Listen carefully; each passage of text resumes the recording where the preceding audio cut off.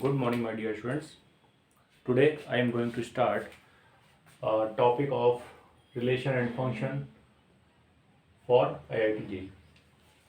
तो देखिए, इससे पहले हम लोग फंक्शन को समझ चुके हैं। रिलेशन एंड फंक्शन पे मैं आपकी क्लासेस ले चुका हूँ और वहाँ पर हमने रिलेशन एंड फंक्शन के बीच का जो डिफरेंस था वो देखा था, है ना। और उसके बाद मैंने आपको कुछ फंक्शंस के बारे में भी आइडिया दिया था और वहाँ पे एक स्पेसिफिक फंक्शन पे हमने बात की थी जिसको हमने कहा था एक्सपोनेंशियल फंक्शन, है ना। तो एक्सपोनेंशियल फंक्शन हम पढ़ चुके हैं और मैंने आपको बताया होगा कि जो भी फंक्शंस हैं वो किस तरह से हमें डिफ़ाइन करने हैं और हमें उसमें क्या क्या पढ़ना है, ये मैं आपको बता चुका हूँ। तो मैंने आपको बताया होगा कि जो भी फंक्शंस हैं, देखिए जो भी फंक्शन हैं उसमें से सबसे पहले अभी तक हम क्या क्या पढ़ चुके हैं। हम पढ़ चुके हैं रिलेशन एंड फंक्शन के बीच में डिफरेंस, ठीक है। डिफरेंस को हम समझ चुके हैं। रिलेशन एंड फंक्शन के बीच का जो डिफरेंस है, कॉमन डिफरेंस है, वो हम समझ चुके हैं। इस पर मैं कोई बात अब करने वाला नहीं हूँ, मैं आपको पहले ही ऑलरेडी बता चुका हूँ। आप वहाँ पे जाइए, वीडियोस देखिए पुराने वाले, ठीक है। तो खैर मैं आपको रिलेशन एंड फंक्शन के बीच का जो डिफरेंस है, रिलेशन क्या है, व्हाट इज रिलेशन, ठीक है, फंक्शन क्या है, व्हाट इज फंक्शन, ये सब हम चीज़ें डिस्कस कर चुके हैं। तो हम इस पर कोई बात नहीं करेंगे, इन तीनों पॉइंट्स पे कोई बात नहीं करने वाले।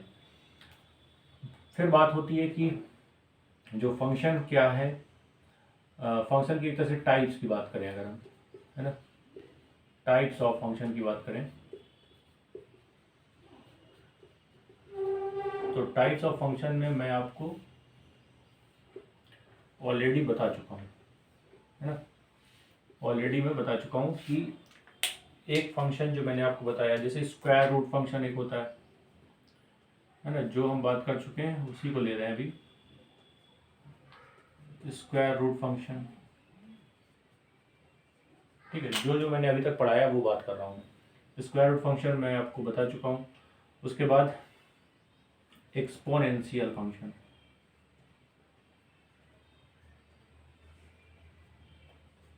एक्सपोनेंशियल फंक्शन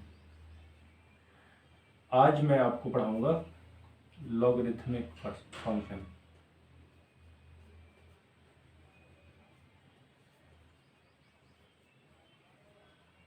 ठीक है। तो ऑलरेडी हम लोग दो तरह के फंक्शन देख चुके हैं, square root function, exponential function, और आज हम लोग बात करेंगे लॉगरिथमिक फंक्शन पे। तो इससे पहले जो मैंने आपको एक्सपोनेंशियल फंक्शन पढ़ाया था उस पर मैंने आपको कुछ चीज़ें जो बताई थी वो मैं आपको 1-2 मिनट के अंदर थोड़ा सा समझाने की कोशिश करता हूँ कि एक्सपोनेंशियल का मीनिंग क्या था।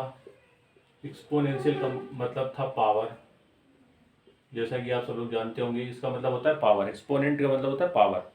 जैसे मान लीजिए कोई फंक्शन है एफ एक्स इक्वल टू, अब यहाँ पे लिखा है 2 की पावर, वैसे हमने वहाँ पे लिया था ए की पावर एक्स, है ना, ए की पावर एक्स, ऐसे ऐसे अगर हम लेते हैं तो इसको बोलते हैं एक्सपोनेंशियल फंक्शन। और यहाँ पर x की वैल्यू देखिए हम डालेंगे, मान लीजिए मैं 1 डालता हूँ तो यहाँ पे 1 आ जाएगा, a की पावर 1 आ जाएगा। यहाँ पे मैं 2 डालता हूँ, है ना, तो आ जाएगा a की पावर 2। यहाँ पे मैं 3 डालता हूँ तो आ जाएगा a की पावर 3। अब यहाँ पे मैंने आपको ये भी बताया था इस टाइप के जितने भी फंक्शंस हैं वो सब एक्सपोनेंशियल फंक्शन कहलाते हैं।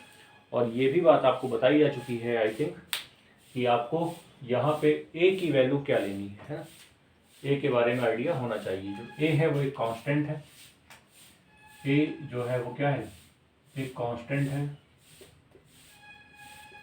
और इसकी वैल्यू क्या होगी, ग्रेटर देन 1 होगी। क्या होगी, ग्रेटर देन 1 होगी। क्लियर, ठीक, क्लियर आई बात समझ में।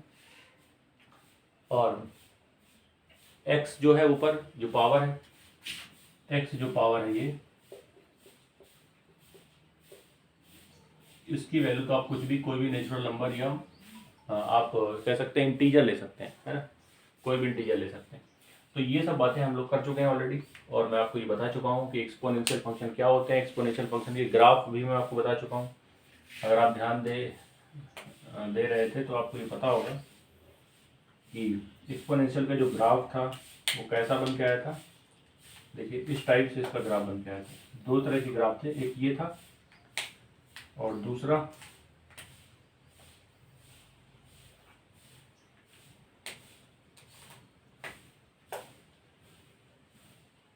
एक ग्राफ ऐसे। तो ये दो ग्राफ मैंने आपको बताया था, है ना। ये दो ग्राफ मैंने आपको बताया होंगे, ठीक है, एक्सपोनेंशियल फंक्शन में।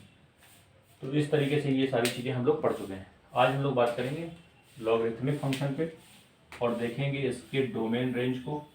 मैंने आपको बताया होगा कि ग्राफ यहाँ पे हम क्या क्या पढ़ रहे हैं। देखिए यहाँ पे जो हमारा टारगेट है वो क्या है, डोमेन रेंज, है ना। डोमेन ऑफ फंक्शन ऐसे लिखते हैं इसको, डोमेन ऑफ फंक्शन, इसको लिखते हैं रेंज ऑफ फंक्शन, और उसके बाद ग्राफ। तो ग्राफ जो होता है वो टोटली डिपेंड करता है डोमेन और रेंज पर, और ये भी मैं आपको बता चुका हूँ। जो डोमेन होता है वो इनपुट होता है और जो रेंज होता है वो आउटपुट होता है, ठीक है। जो रेंज होता है वो आउटपुट होता है। तो इस तरीके से ये सब बातें हम लोग कर चुके हैं आज। अभी मैं आपको एक दो क्वेश्चन करा रहा हूँ, ठीक है, डोमेन रेंज पर बेस्ड, और फिर उसके बाद मैं आपको ले चलूँगा लॉगरिथमिक फंक्शन की तरफ, ठीक है। चलिए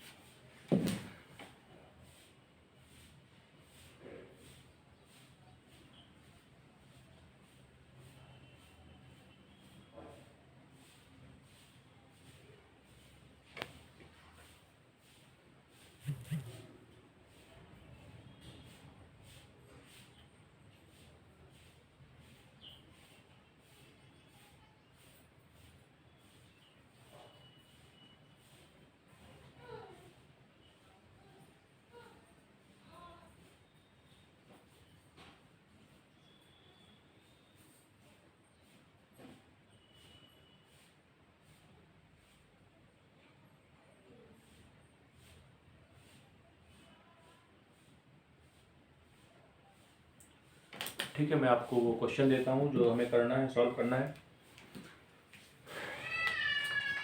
सभी लोग समझिए क्वेश्चन को और बताइए कि क्या आंसर्स आएंगे।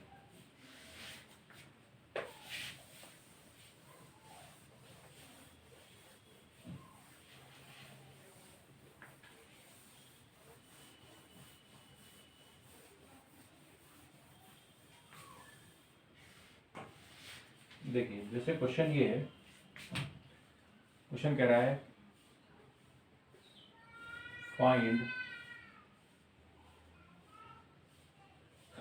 फाइंड द डोमेन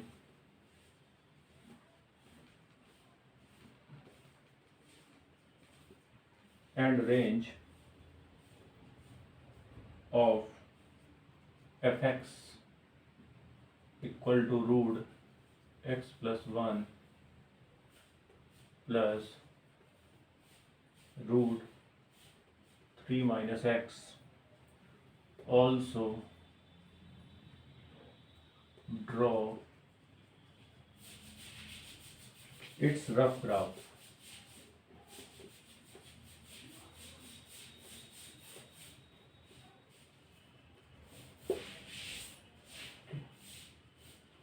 ये मुझे बताना है। तो क्वेश्चन को आप ध्यान से पढ़ लें, ध्यान से समझ लें। क्वेश्चन ये कह रहा है कि find the domain and range of function f x equal to x plus 1 plus root में है और root 3 minus x, also draw its rough graph. तो देखिए हमें सबसे पहले तो इसकी डोमेन रेंज निकालनी है, फिर उसके बाद इसका ग्राफ बताना है क्या होगा। तो एक रफ ग्राफ बताना है कि ऑलमोस्ट इस टाइप का कुछ होगा, है ना। तो सबसे पहले आप एक बार ट्राई करें इसको, और जो भी मैंने आपको पढ़ाया है पिछली क्लास में उसके बेसिस पर आप इसको सॉल्व कर सकते हैं, ठीक है। तो I already give you the idea how to solve this type of question and you can try, and after that I will explain the question, ठीक है।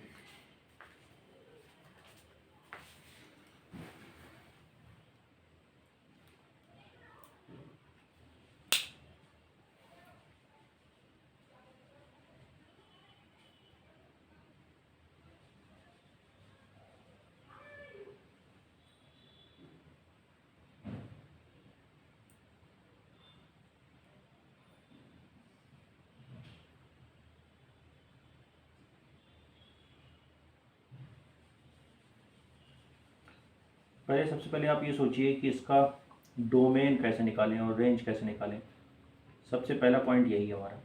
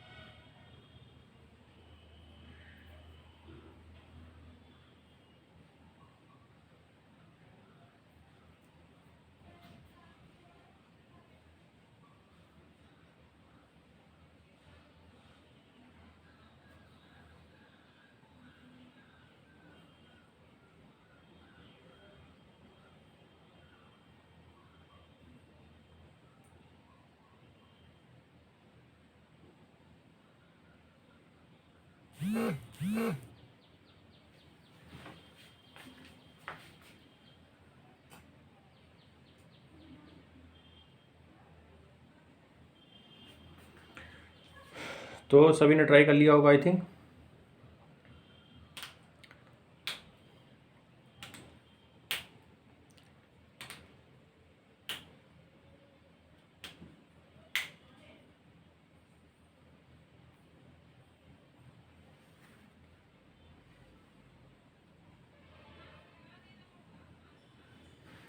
तो मुझे ऐसा लगता है कि आंसर नहीं आ पाया होगा मैक्सिमम लोगों का। तो देखिए मैं आपको एक बार इसको सॉल्व करके दिखाता हूँ कि इसमें क्या प्रॉब्लम आ रही है। देखिए सबसे पहले आप देखिए इसको सॉल्व कैसे करेंगे। पहले आइडिया आपको होना चाहिए थोड़ा सा। कह रहा find the domain and range. तो देखिए सबसे पहले आप क्या करिए, ये देखिए कि ये जो नंबर लिखा हुआ है आपके सामने रूट x+1। अब देखिए रूट के अंदर कभी भी माइनस साइन नहीं हो सकता। माइनस मतलब रूट के अंदर जो वैल्यू है वो कभी भी नेगेटिव नहीं हो सकती। तो क्या मैं कह सकता हूँ कि जो x+1 है वो ग्रेटर देन इक्वल टू 0 होगा।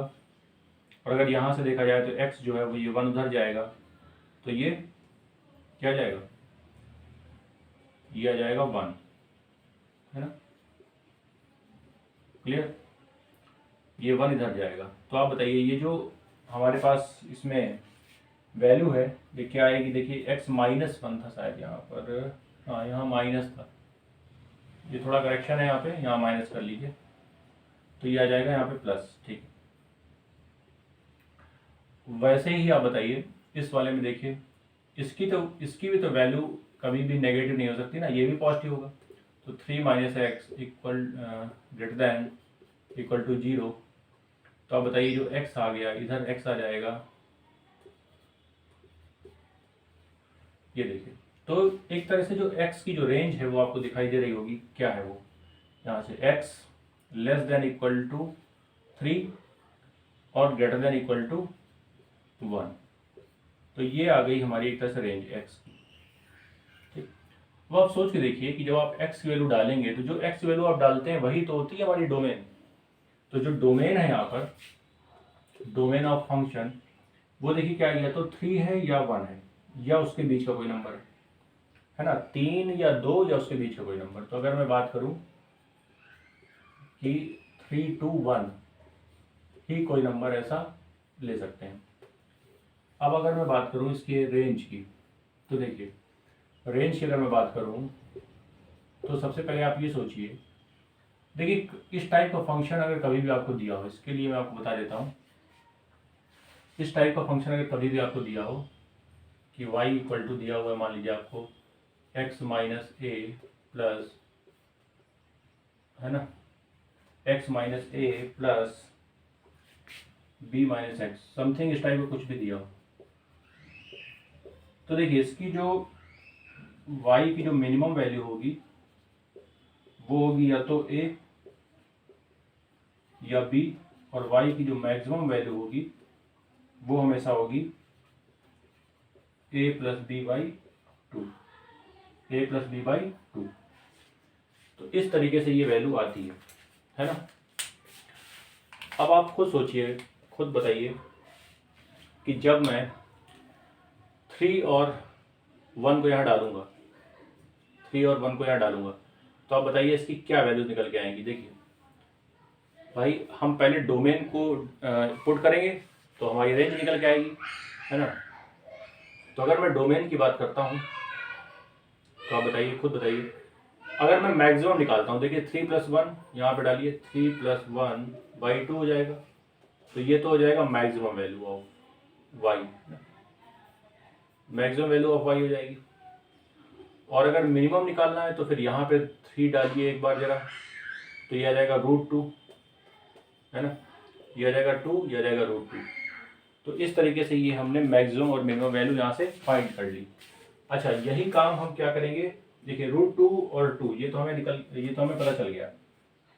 अब अगर मुझे मान लीजिए इसका ग्राफ प्लॉट करना है ना, ग्राफ मान लीजिए निकालना है, तो कैसे निकाला जाए जरा देखिए। अगर मैं कह दूं एक लाइन ये y है, ये x है, ये y है और ये x है, और आप खुद सोचिए कि ये यहाँ पे देखिए 1 होता है, यहाँ पे 2 होता है, यहाँ पे 3 होता है ना। और जो पॉइंट्स आ रहे हैं वो देखिए क्या कौन कौन से आ रहे हैं। जैसे मान लीजिए कि मैंने इसको लिया √2, इसको कितना लिया, √2 लिया। तो आप बताइए √2 ये जो आया, √2 ये जो आ रहा है यहाँ पे, ये क्या है। देखिए ये तो y की वैल्यू है, ये y की वैल्यू √2 है। तो x की कितनी रही होगी, x की कितनी रही होगी।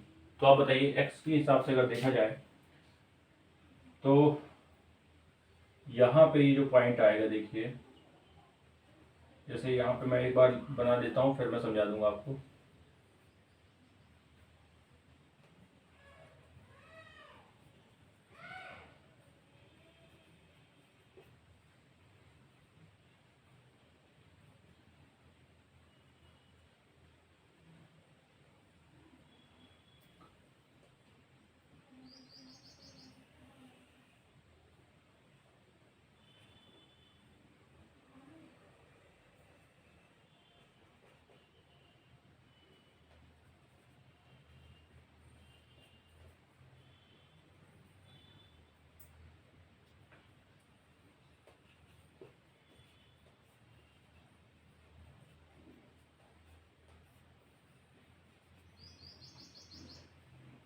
देखिए थोड़ा सा मैं इसको एक्सप्लेन करता हूँ ताकि आपको समझ में आ जाएगी। अगर आप इसमें ध्यान से देखेंगे तो देखिए जो मेरा ग्राफ आया है वो ये आया है। जो ग्राफ है इसको मैं पहले आपको बना के दिखाता हूँ। ये ग्राफ है, ये हमारा टेंटेटिव ग्राफ है जो मैंने यहाँ पे आपको ड्रॉ करके दिखाया, ठीक है। अब सबसे पहले आप ये देखिए कि यहाँ पे जो मैंने डोमेन ली है, देखिए क्या है वो, देखिए 3 to 1 है, जो x है वो 3 to 1 है, इसलिए मैंने देखिए 1 2 3 के बीच में ही इसको दिखाने की कोशिश की है, ठीक है। इतनी बात समझ में आ गई। उसके बाद अगर मैं इसकी मैक्सिमम वैल्यू की बात करता हूँ तो आप बताइए, अगर मैं मैक्सिमम वैल्यू की बात करता हूँ तो देखिए 3 + 1 बाई 2 ये मैक्सिमम वैल्यू होती है। तो ये कितनी आ रही है, 2 आ रही है। कितनी आ रही है, 2 आ रही है, ठीक है। अगर मैं मैक्सिमम वैल्यू की बात करता हूँ तो ये 2 आएगी, इसलिए मैंने देखिए यहाँ पे लिखे 2, 2। ये जो पॉइंट आएगा जो मैक्सिमम होगा, जहाँ पे ग्राफ मैक्सिमम हाइट तक जाएगा, वो होगा पॉइंट 2, 2। उसके बाद आप ये सोचिए कि जब आपने इसकी वैल्यू को 1 डाला था, x की वैल्यू को 1 डाला था, तो y निकल के आएगा। तो देखिए जब आप यहाँ पे 1 डालेंगे x की वैल्यू, जो आप x की वैल्यू यहाँ पे 1 डालेंगे तो ये तो 0 हो जाएगा। जब यहाँ पे 1 डालेंगे तो देखिए √2 आएगा, ठीक। तो इसलिए देखिए यहाँ पे ये 1 और √2 लिखा हुआ है। 1 √2 ये पहली वैल्यू है। उसके बाद आपने क्या डाला, x बराबर 3 डाला। तो जब 3 डाला तो यहाँ पे 3 माइनस करेंगे हम, है ना। यहाँ पे देखिए, यहाँ डालिए, क्या डालेंगे यहाँ पे, देखिए a और b की वैल्यू तो हमने यहाँ से निकाल ली ना, वो हमने डाल दी यहाँ पे। तो यहाँ पे जैसे ही हम 3 डालेंगे तो देखिए √2 आएगा और यहाँ पे 0 हो जाएगा। तो यहाँ पे 3 आएगा, यहाँ पे 0 हो जाएगा। तो फाइनली देखिए ये 3 और √2 यहाँ पे दो वैल्यू निकल के आ रही हैं। तो जब 3 डाला तो √2 आया, जब 1 डाला तो √2 आया। तो ये 2 पॉइंट यहाँ पे आ गए, और जो इसका मैक्सिमम हाइट पर पॉइंट होगा ये होगा। तो इसका जो टेंटेटिव ग्राफ है वो ये हो जाएगा। क्लियर? तो इस तरीके से ये हमने वैल्यू इसकी फाइंड की। तो मैं समझता हूँ कि आपको ये क्वेश्चन प्रॉपर समझ में आया होगा। एक अच्छा क्वेश्चन था और काफ़ी कॉन्सेप्चुअल भी था। तो इस तरीके से बस आपको ये ध्यान रखना है कि ये जो ऐसे प्लस करके हमें कभी भी इस टाइप का फंक्शन अगर दिखाई देता है तो इसमें हम मिनिमम और मैक्सिमम कैसे निकालेंगे। तो हमेशा याद रखें, अगर कभी भी इस टाइप का फंक्शन आपके सामने आता है तो इसका जो मिनिमम होगा वो ए और बी होगा। ठीक है, ए और बी होगा, और जो मैक्सिमम होगा वो दोनों का एवरेज होगा। एक तरह से कह सकते हैं ए प्लस बी बाई 2 होगा। ये पॉइंट यहाँ पे नोट करने वाला है। ठीक है, चलिए, आई थिंक ये बात आप समझ गए होंगे।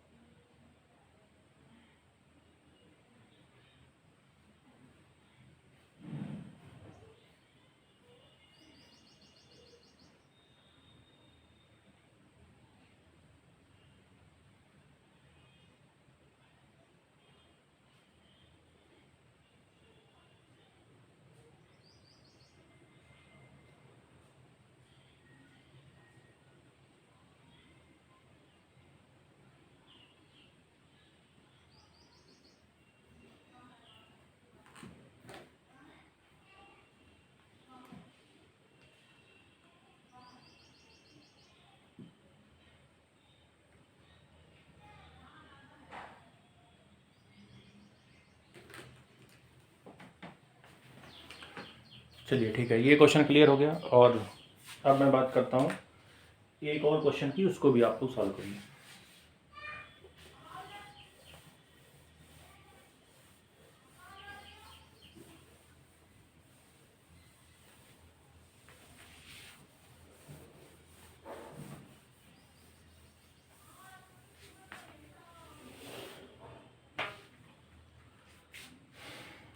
तो क्वेश्चन इस टाइप से है। क्वेश्चन नंबर 2 देखिए, लिखा हुआ है the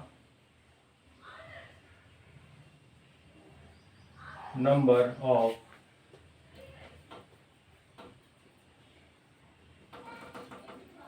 solutions of the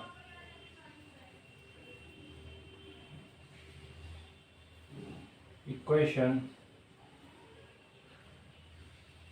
satisfying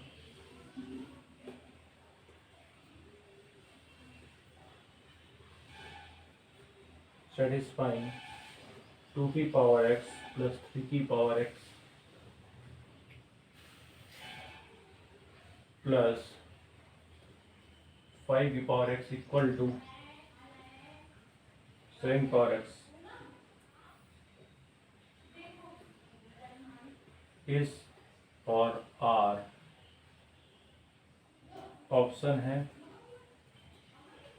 1 2 3 and no solution. चलिए, बढ़िया क्वेश्चन है, सॉल्व कर सकते हैं। क्वेश्चन को मैं एक बार थोड़ा सा एलेबोरेट कर देता हूँ आपके सामने कि आखिर ये क्वेश्चन में पूछा क्या जा रहा है। देखिए, हमेशा याद रखें कि इसमें लिखा हुआ है the number of solution of the equation satisfying, the number of solution of the equation satisfying this equal to this is R. मतलब आपसे ये नहीं पूछ रहा है कि find the value of x. Clear ना? आपसे ये नहीं पूछ रहा है कि find the value of x, आपसे ये पूछा जा रहा है कि find the number of solution. देखिए हमेशा याद रखें कि इस टाइप के जो क्वेश्चंस होते हैं आप इसमें कभी भी ऐसा सोच ही नहीं पाएंगे कि एक्स की आप कुछ वैल्यू डाल दें और ये दोनों RHS LHS बराबर हो जाए। ऐसा आप जल्दी दिमाग नहीं लगा पाएंगे, मतलब जल्दी क्या, इस टाइप से क्वेश्चन आते ही नहीं है। क्वेश्चन का टाइप हमेशा ये होगा कि सोल्यूशन बताइए, नॉट आप एक्स एंड वाई की वैल्यू फाइंड कर रहे हैं, आप यहाँ पे क्या कर रहे हैं, सोल्यूशन बता रहे हैं कि how many types of solutions are there जो इसको सेटिस्फाई करेंगे। तो यहीं पे अब बस आपको 2 पॉइंट ध्यान देने हैं कि आपको सोल्यूशन बताना है, ना कि इसको सॉल्व करना है। तो आपको बस ध्यान देना है कि यहाँ पे इसके कितने सोल्यूशंस होंगे। तो आप देखिए यहाँ पे आपकी 1 2 3 है ना, एक सोल्यूशन होगा कि 2 होगा। ये आंसर नहीं है, ये एक्स की वैल्यू नहीं है, ये नंबर ऑफ सोल्यूशन का आंसर है। ये क्या है, नंबर ऑफ सोल्यूशंस का आंसर है। तो 1 2 3 या नो सोल्यूशन, इनमें से कोई ना कोई आंसर होगा और वही आपको आंसर करना है। चलिए ठीक है, तो एक बार ट्राई कर लीजिए, नहीं तो फिर मैं इसको सॉल्व करवाता हूँ। ठीक है, वंस यू ट्राई।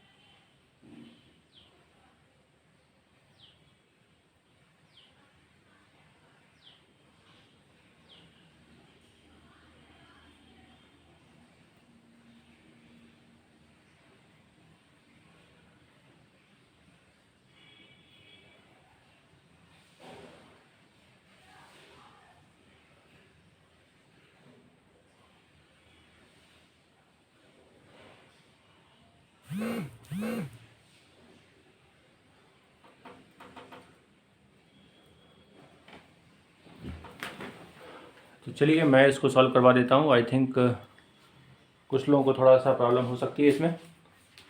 थोड़ा कॉन्सेप्चुअल क्वेश्चन है, अच्छा क्वेश्चन है, थोड़ा दिमाग लगाएंगे तो सॉल्व होगा। ठीक है, डायरेक्ट सोचेंगे तो सॉल्व नहीं हो पाएगा। चलिए देखते हैं कि क्या हो सकता है इसमें। सबसे पहले आप ये देखिए, इसको मान लीजिए आप fx, ये एक फंक्शन है fx इक्वल टू 2 की पावर x प्लस 3 की पावर x प्लस 5 की पावर x, और इसको मान लीजिए आप gx, कितना है 7 की पावर x, ऐसा कुछ आप मान लीजिए। अच्छा एक बात ये बताइए, अगर मैं थोड़ा सा इसको मॉडिफाई करूं, थोड़ा मॉडिफाई कर देता हूं इसको। क्या मॉडिफाई कर रहा हूं मैं, 7 की पावर x से डिवाइड कर दे रहा हूं, तो ये देखिए क्या आएगा फाइनली। मैं इसकी आपको ग्राफिकल अप्रोच बता रहा हूँ, ग्राफिकल अप्रोच पे बात कर रहे हैं हम लोग, है ना। मैं इसकी ग्राफिकल अप्रोच के बारे में बात कर रहा हूँ। डायरेक्ट अगर आप सॉल्व करेंगे तो दिक्कत आएगी। देखिए इस टाइप के क्वेश्चंस में जल्दी अगर करना है तो आपको ग्राफ का आइडिया होना चाहिए। अगर आप ग्राफ का आइडिया रखते हैं तो बहुत आसानी से सारे क्वेश्चन सॉल्व किए जा सकते हैं, और वहाँ पे आपको ये दिखाई देगा कि जो सोल्यूशन है वो आखिर बिल्कुल स्पष्ट दिखाई देगा, जो सोल्यूशन है वो क्या है, कितना आंसर आएगा, और मतलब so many things are very easy after plotting a graph of any type of function. तो बहुत आसानी से आप उसका जो फंक्शन का ग्राफ है वो आराम से प्लॉट किया जा सकता है वहाँ पे, तो कोई दिक्कत नहीं होती है वहाँ पे, है ना। आप इसका ग्राफिकल अप्रोच देखिए, वहाँ पे जल्दी समझ में आएगा, बेटर समझ में आएगा। तो देखिए आप, मैंने आपको यहाँ पे थोड़ा सा लिख दिया है इस तरह से डिवाइड करके 2/7 है ना, इसका x पावर हो जाएगी, जब मैं 7 की पावर x से डिवाइड करूँगा सभी को, ये देखिए 3/7 की पावर x आ जाएगा और ये 5/7 की पावर x आ जाएगा। इतना तो समझते हैं। और यहाँ पे क्या आ जाएगा, देखिए gx इक्वल टू 1 आ जाएगा, मतलब कह सकते हैं y इक्वल टू 1। ये तरह से क्या है, y equal to 1। Now let me tell you one thing, कि अगर आप यहाँ पर एक चीज़ आप ये बताइए मुझे कि 2/7 की पावर अगर मैं इनफाइनाइट लगाता हूँ तो आंसर क्या आएगा। तो देखिए आंसर ऑलमोस्ट 0 आएगा, क्योंकि आप नीचे वाला नंबर बड़ा होता चला जा रहा है, नंबर डिक्रीज होता चला जाएगा और ये 0 की तरफ टेंड करेगा। क्लियर। और अगर मैं यही कह दूँ कि मैं 2/7 की पावर माइनस इनफाइनाइट लगा दूँ, तो अब ये आंसर क्या आ सकता है बताइए। अब आप खुद सोचिए कि माइनस इनफाइनाइट लगाया मतलब 7/2, मतलब ये 7 ऊपर बड़ी वैल्यू है, नीचे छोटी वैल्यू है, ऊपर वैल्यू बड़ी है नीचे छोटी, भाई ये 7/2 हो जाएगा ना प्लस करते ही, तो 7/2 मतलब, और पावर बढ़ाएंगे तो 49/4, इस टाइप से इंक्रीज करेगा। तो ये टेंडिंग टू इनफाइनाइट है, टेंडिंग टू क्या है, इनफाइनाइट है। इस तरीके से ये अप्रोच करेगा। अच्छा, अगर मैं देखूं इसका ग्राफ, तो आप बताइए यहाँ पे देखिए क्या हो रहा है। जैसे जैसे अगर मैं x की वैल्यू, देखिए x की वैल्यू इनफाइनाइट रख रहा हूँ तो y की वैल्यू 0 आ रही है। x की वैल्यू जब मैं इनफाइनाइट रख रहा हूँ तो y की वैल्यू क्या आ रही है, 0 आ रही है। ठीक है। तो अगर मैं इसका ग्राफ इसका प्लॉट करूँ तो बताइए इसका ग्राफ क्या आ रहा है। देखिए जब मैं एक तरह से 0 टू, अगर आप देखें 0 टू इनफाइनाइट के बीच में ये जो ग्राफ है वो है ना। आप वैल्यू यहाँ पे रख के देखेंगे तो अलग अलग वैल्यूज आपको मिलेंगी। तो इसका जो ग्राफ होगा देखिए वो कुछ इस टाइप से होगा। क्या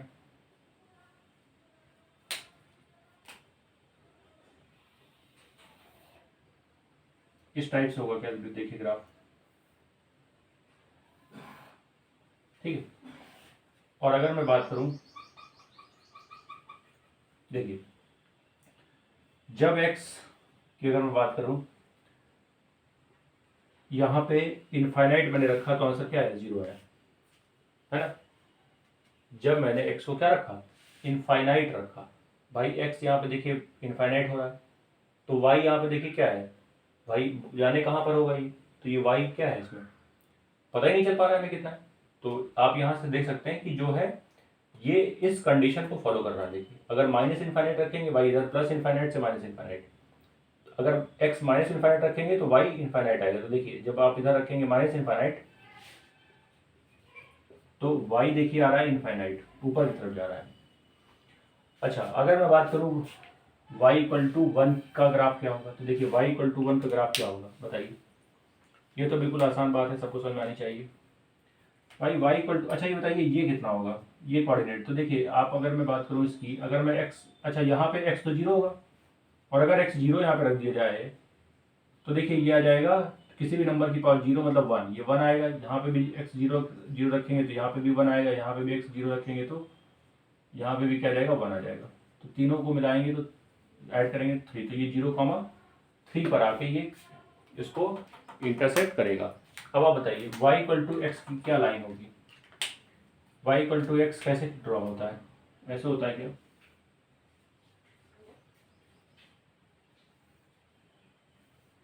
देखिए ये यहाँ पे 1 इंटरसेप्ट काटेगा, ये है लाइन y इक्वल टू 1 की, और आप देखिए इस ग्राफ को ये एक पॉइंट पे इंटरसेक्ट कर रहा है, ये है इसका इंटरसेक्टिंग पॉइंट। और आप ये जानते होंगे कि अगर कोई दो ग्राफ एक पॉइंट पे कट कर रहे हैं तो उसका एक सोल्यूशन होता है, अगर 2 पॉइंट पे इंटरसेक्ट कर रहे हैं तो 2 सोल्यूशन होता है। तो इसके थ्रू अगर आप आसानी से देख पा रहे होंगे तो आपको समझ में आ रहा होगा कि इसका जो सोल्यूशन है वो केवल ओनली 1 सोल्यूशन होगा, ओनली 1 सोल्यूशन। ठीक, तो इसका आंसर क्या जाएगा, फर्स्ट। इस तरह से आप आसानी से सॉल्व कर सकते हैं।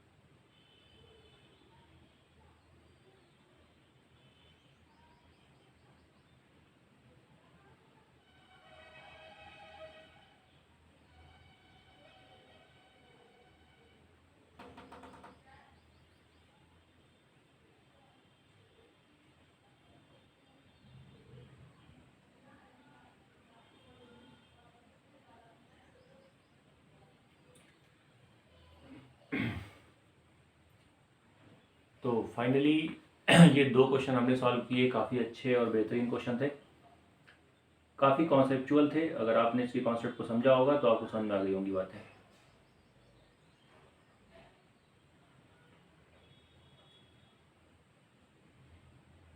ठीक, चलिए अब मैं बात करता हूँ इसके आगे और समझाता हूँ आपको कुछ और चीज़ें।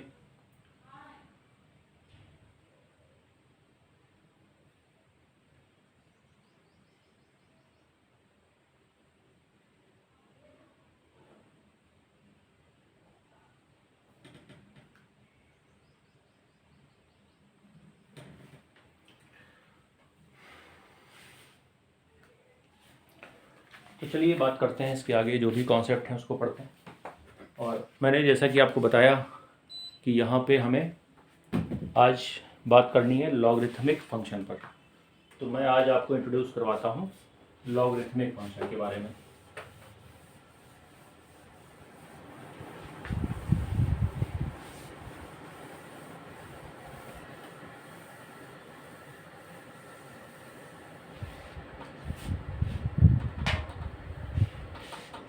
ठीक है, देखिए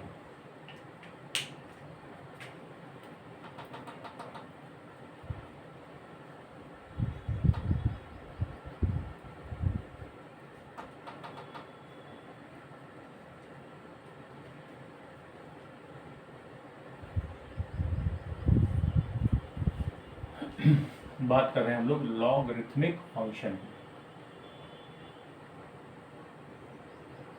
ठीक है, बात कर रहे हैं लॉगरिथमिक फंक्शन। क्लियर? चलिए, तो सबसे पहले हम समझते हैं कि देखिए, सबसे पहले देखिए कि लॉगरिथमिक को बार बार इतना बड़ा नहीं लिखा जाएगा। इसको हम लोग कैसे लिखते हैं? लॉग एक्स विद बेस ए। कोई फंक्शन है एफ एक्स जिसको हम लोग इस तरह से रिप्रेजेंट करते हैं, इसको बोलते क्या है? लॉग एक्स विद बेस ए। इसको इस तरीके से रीड किया जाता है। एक बात और देखिए, अगर मैं इसको समझूं तो इससे पहले जो मैंने आपको फंक्शन पढ़ाया, कौन सा? एक्सपोनेंशियल फंक्शन जो मैंने इसके पहले आपको पढ़ाया,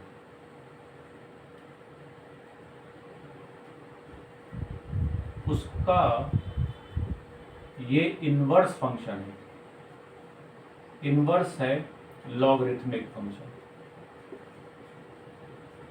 हमेशा याद रखें, एक्सपोनेंशियल फंक्शन का इनवर्स फंक्शन है logarithmic function. How can we solve and understand with this? अगर बात करें, मैं सॉल्व करता हूँ इसको। जैसे मान लीजिए लिखा हुआ है 2 की पावर 3, क्या आएगा? 8 आएगा। क्या यही था एक्सपोनेंशियल फंक्शन? भाई यहाँ पे क्या हुआ करता था? a, इसकी पावर हुआ करती थी x, तो मैंने a की जगह क्या रख दिया? 2, और x की जगह क्या रख दिया? 3। तो आंसर क्या आया? 8 आया। अब इसी को अगर मैं डिफरेंट टाइप से लिख दूँ, जैसे मान लीजिए मैं कह दूँ कि 2 की पावर, इसी को अगर मैं ऐसे लिख दूँ, log base 2 log 8 base 2 equal to what? तो आप क्या बोलेंगे? देखिए, आपको बताना है कि 2 में क्या पावर लगाएं कि 8 आ जाए। तो आप बोलेंगे 3 पावर। क्या बोलेंगे? 3।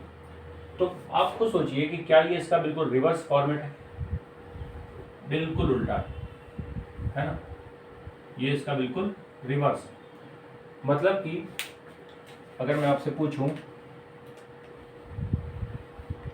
log बेस 2 इक्वल टू, यहाँ पे मान लीजिए 16 है और इसका आंसर पूछा जाए आपसे, तो आप क्या आंसर करेंगे? तो आप बोलेंगे कि यहाँ पे आंसर आएगा 4। भाई 2 की पावर 4 लगाएंगे तभी आपको 16 मिलेगा। अगर मैं आपसे पूछूं कि log 2 की पावर 32, क्या आंसर आएगा? तो आप बोलेंगे 5 आंसर आएगा। तो इस तरीके से ये आप आंसर कर सकते हैं। तो फाइनली अगर हम देखें तो हम आसानी से इस बात को समझ सकते हैं कि जो लॉग है वो डायरेक्टली इनवर्स है किसका? एक्सपोनेंशियल फंक्शन, है ना? ठीक है। जैसे मान लीजिए आपसे पूछा जाए तो देखिए थोड़ा सा ये समझ होनी चाहिए आपको कि अगर बेस की अगर हम बात करें यहाँ पे, मैं कह दूं कि यहाँ पे log 1/2 है, तो बताइए क्या आएगा आंसर। तो आप बोलिए आप क्या पावर लगाएंगे, 2 की पावर क्या लगाएंगे कि आपको 1 मिल जाए। तो डायरेक्ट आपको पता होना चाहिए कि अगर मैं 2 की पावर 0 लगा दूं तो 1 मिल जाएगा, तो यहाँ पे क्या आ जाएगा, 0 आ जाएगा। और एक दो देख लीजिए, जैसे मान लीजिए कि आपको बोला जाए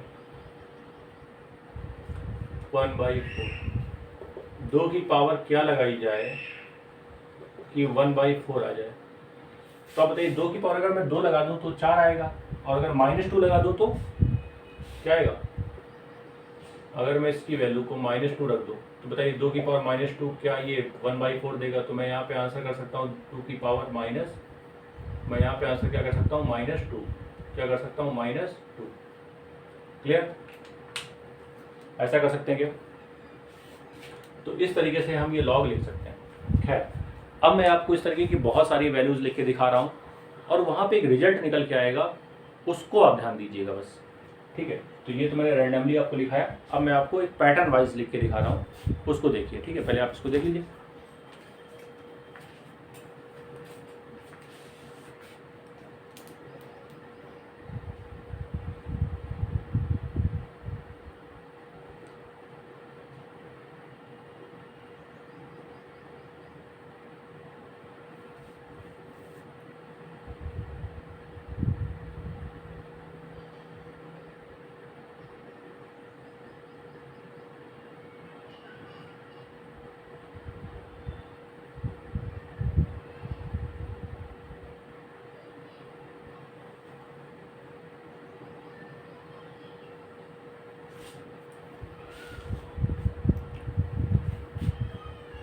चलिए देखते हैं, बात करते हैं इसके आगे।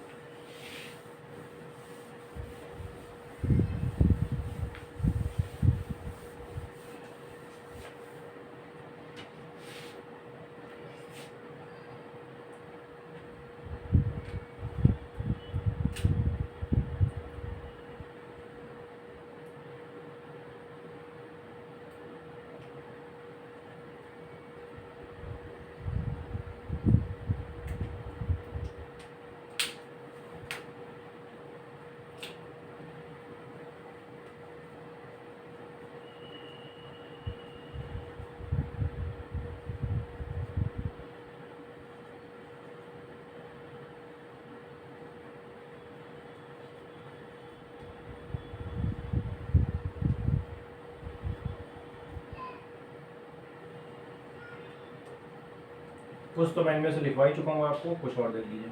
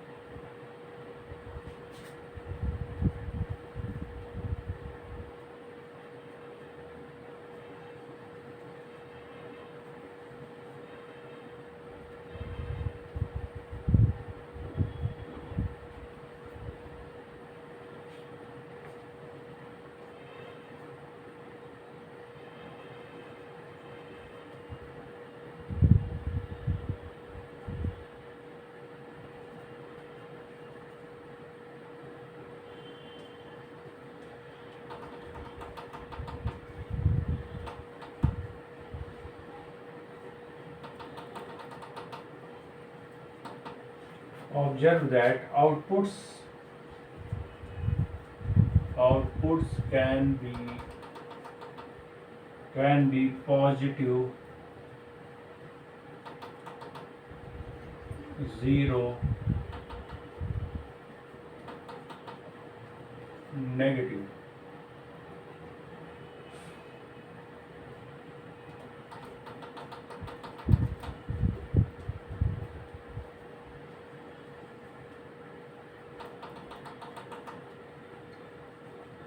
Input of log can't be 0.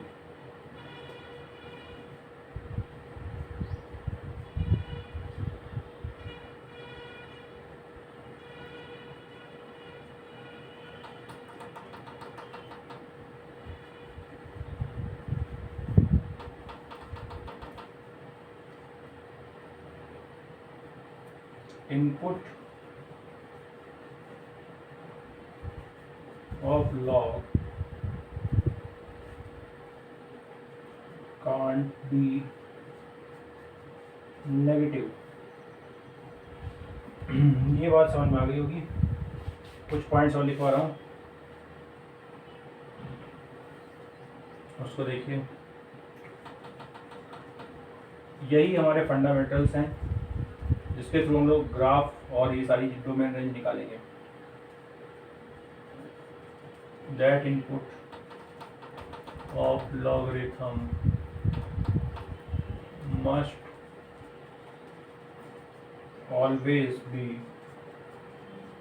positive. Input can never be negative or 0.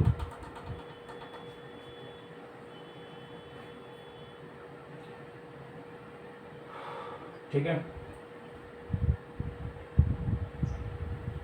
एक बात और, अगर कहीं लिखा है log 1/4 तो ये भी आएगा नॉट डिफाइंड। तो यहाँ से पता चल गया कि base of log can never be 1, can never be 1। तो देखिए यहाँ से आप एक बात ये समझ लीजिए, जो भी लिखा हुआ है यहाँ पे बोर्ड में, मैं एक एक करके आपको समझाता हूँ कि ये सब जो चीज़ें लिखी हुई हैं वो क्या लिखी हुई है और इनका क्या मतलब है यहाँ। तो देखिए जरा ध्यान से, अगर मैं बात करता हूँ, सबसे पहले ये तो हमारा फंक्शन है, ये हमारा फॉर्मेट है, इसी फॉर्मेट पे सारी चीज़ें चल रही हैं। तो देखिए पहला log 2 बेस 2 की वैल्यू 1 आ रही, मतलब 2 की पावर 1 लगाएंगे तो 2 आएगा। देखिए 2 की पावर 2 लगाएंगे 4 आएगा, 2 की पावर 3 लगाएंगे 8 आएगा, 2 की पावर 4 लगाएंगे 16 आएगा, 2 की पावर 5 लगाएंगे 32 आएगा। ठीक है, तो ये तो आप समझ गए होंगे। यहाँ देखिए 2 की पावर आप क्या लगाएं कि 1/2 आ जाए, तो बताइए क्या -1 लगाएंगे, यहाँ -1 आएगा। 2 की पावर क्या लगाएं कि 1/4 आ जाए, -2 लगाएंगे, सीधी सी बात। log 2 1/16 -4 लगाएंगे पावर तभी 1/16 आएगा। 2 की पावर क्या लगाएं कि 1 आ जाए, 0 लगाएंगे, ऑब्वियसली बता चुका हूँ मैं पहले। अब बताइए क्या लगाएं कि 4 आ जाए, पता चल गया 1/2 की पावर 4 लगाएंगे। इसमें मैंने आपको बताया 1/4 में क्या पावर लगाएं कि 1/2 आ जाए। तो सीधी सी बात है, 1/4 का जब तक रूट नहीं करेंगे तब तक ये नहीं मिलेगा, और रूट का मतलब ही होता है 1/2। ठीक है, ये वही रिपीट हो गया। ये देखिए log 2 क्या पावर लगाएं कि √2 आ जाए, सीधी सी बात है 1/2 लगाएंगे। अब देखिए यहाँ पे समझने वाली बात क्या है, observe that output can be positive, 0 and negative. ये यहाँ पे बहुत बड़ी और इम्पॉर्टेंट बात है कि जो आउटपुट्स आ रहे हैं वो देखिए कुछ पॉजिटिव है, कुछ नेगेटिव है, 0 है, मतलब कि जो आउटपुट है वो पॉजिटिव भी हो सकता है, 0 भी हो सकता है और नेगेटिव नंबर भी हो सकता है। ठीक है, उसके बाद आप देखिए एक चीज़ यहाँ पे कि अगर मैं बात करूँ log 2 और यहाँ पे आंसर 0 आ रहा है, तो देखिए क्या हो रहा है, ये नॉट डिफाइंड होगा। कोई ऐसी 2 की पावर नहीं है जो 0 दे दे, 2 की पावर कोई ऐसी पावर नहीं है जो 0 दे दे, तो ये नॉट डिफाइंड होगा। नॉट डिफाइंड होगा तो इससे रिजल्ट ये निकल के आया कि input of log can not be 0। देखिए इनपुट जो है लॉग का वो कभी भी 0 नहीं हो सकता। अगर मैं कहूँ कि 2 की पावर क्या लगाइए कि -4 आ जाए, तो आप बताइए ये भी नॉट डिफाइंड है, क्योंकि कोई ऐसी वैल्यू नहीं है कि 2 की पावर लगाने पर 4 आ जाए, वो भी माइनस का। सोच के देखिए, कभी कोई ऐसी वैल्यू नहीं आएगी जो पावर लगाने पे -4 आ जाए। तो input of log can not be negative. तो इनपुट अगर बात करें हम, ये जो इनपुट जो लिखे हुए हैं ये हमेशा क्या होंगे, पॉजिटिव होंगे। Can't be negative and can't be zero.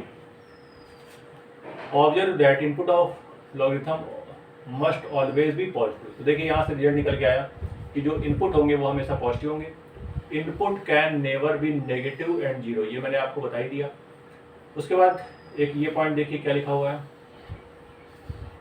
ये वाला पॉइंट ध्यान दें। क्या लिखा है, लॉग 1 कह रहा है कि क्या पावर लगाएं कि 4 आ जाए। तो अब बताइए ये नॉट डिफाइंड होगा, कोई ऐसी पावर नहीं है जो 1 के ऊपर अगर हम लगा दें तो 4 आ जाए, कोई ऐसी पावर नहीं। तो ये भी क्या होगा, base of log can not be 1। तो जो लॉग का बेस है वो कभी भी 1 नहीं होना चाहिए। तो यहाँ पे एक तरह से जो हमने डिटेल इसका डिस्क्रिप्शन देख लिया है लॉग का, उससे हमें पता चलेगा कि डोमेन रेंज कैसी होगी, क्या होगी और इसका ग्राफ कैसा होगा। ठीक है, तो ये आपके लिए इंपॉर्टेंट पॉइंट है, ये आप नोट करिए। आगे बढ़ते हैं।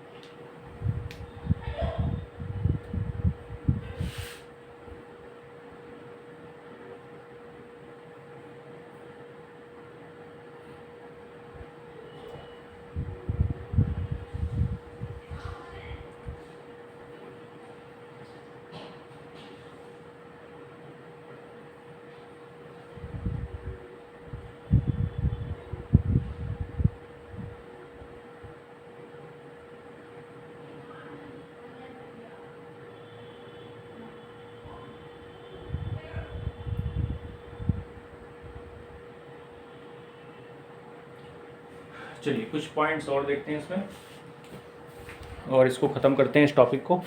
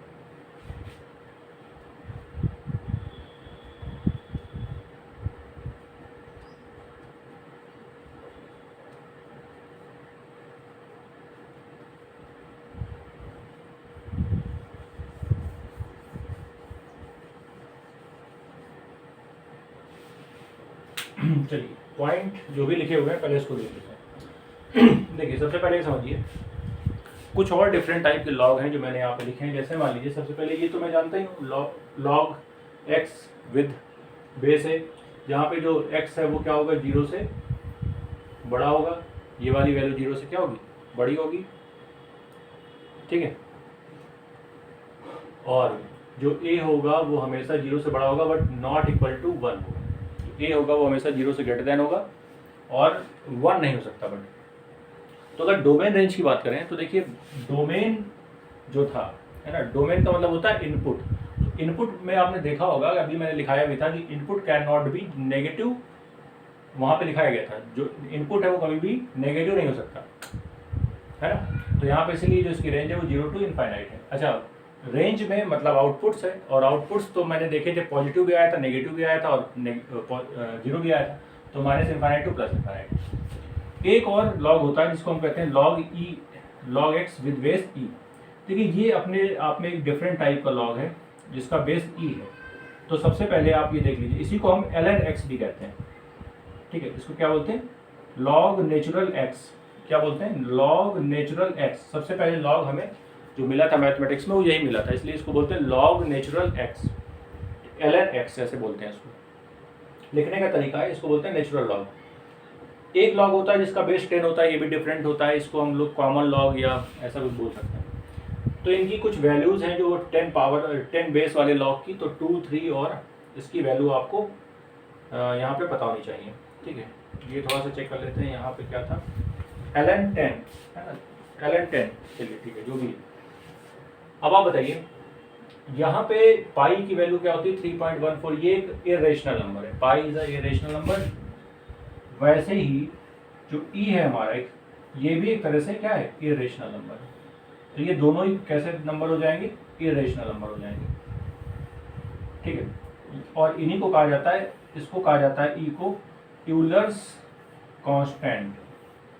और ई की जो वैल्यू होती है वो ये होती है, देखो, factorial 1/1, 1/2, factorial 1/3, factorial two infinite तक जाएगा।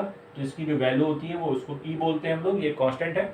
और इसी की जो वैल्यू है अप्रॉक्सीमेट वो 2.718 होती है, ठीक है। उसके बाद इसका मीनिंग मैंने आपको बता ही चुका हूँ कि अगर लॉग एक्स विद ए लिखा है base a equal to y, तो इसका मतलब होता है ए की power y equal to x, ठीक है। ये सब बातें हम लोग जानते हैं ऑलरेडी। तो देखिए इतनी बातें हमें पता है। अब मैं बात करता हूँ इसके ग्राफ, ठीक है। आप इसको देखिए, मैं बात करता हूँ फिर ग्राफ की।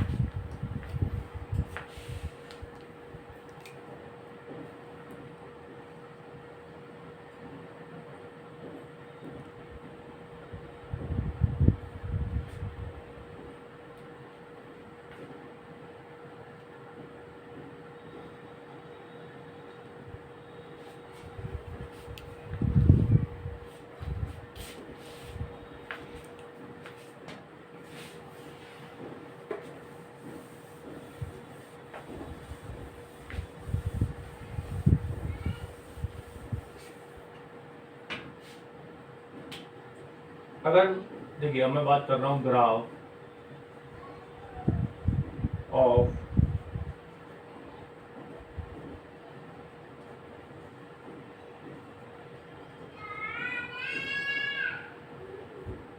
जैसे लिखा होता है, मान लीजिए y इक्वल टू 2 की पावर x।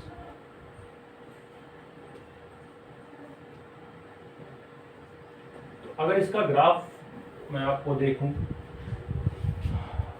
देखिए तो इसका ग्राफ क्या हो जाएगा, y इक्वल टू 2 की पावर x का ग्राफ हम देख चुके हैं, है ना, पिछली क्लास में इसका ग्राफ ऐसे आया था। और आप बताइए, मैंने आपको बताया कि इसका जस्ट इन्वर्स होता है, इसका जस्ट इन्वर्स होता है। तो इसका जस्ट इन्वर्स अगर मैं बनाऊंगा तो देखिए कैसे बनाऊंगा, इसके जो एक्सिस है वो चेंज हो जाएंगे। तो ये जो ग्राफ आएगा ये ऐसे आएगा, इधर से बनाइए आप, ये आएगा इसका ग्राफ। तो ये जो ग्राफ है ये है लॉग एक्स बेस 2, ये वाला जो ग्राफ है ये है